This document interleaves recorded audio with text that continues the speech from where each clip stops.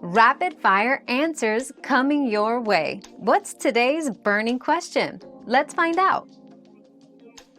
Common signs of a bad relay include intermittent or failed operation of electronic components, unusual noises like clicking or humming from the relay area, burnt smells or visible damage on the relay itself, and battery drainage in vehicles. If you experience these symptoms, testing the relay with a multimeter or consulting a professional is advisable to prevent further damage to the system it controls. Your daily dose of discovery ends here, but the journey of learning never stops. Subscribe and join us again for more answers tomorrow.